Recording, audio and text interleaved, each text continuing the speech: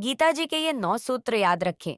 जीवन में कभी असफलता नहीं मिलेगी। सूत्र नंबर 1, दूसरे अध्याय का श्लोक नंबर 48 योगस्थ, कुरु कर्माणि संग त्यक्त्वा धनंजय सिद्धय सिद्धयो समो भूत्वा समत्वम योग उच्यते। हे धनंजय, कर्म न करने का आग्रह त्याग कर, यश अपयश के विषय में संबुद्धि होकर, योगयुक्त होकर कर्म कर, क्योंकि समत्व को ही योग कहते हैं।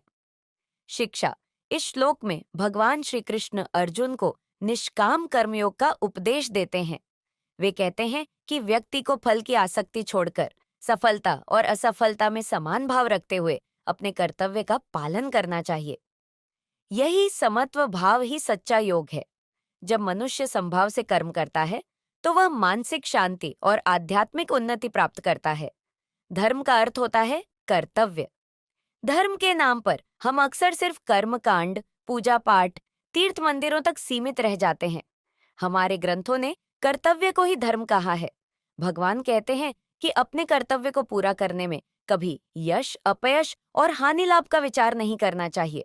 बुद्धि को सिर्फ अपने कर्तव्य यानी धर्म पर टिकाकर काम करना चाहिए। इससे परिणाम बेहतर मिलेंगे और मन में शांति का वास होगा। मन में शांति होगी तो परमात्मा से आपका योग आसानी से होगा।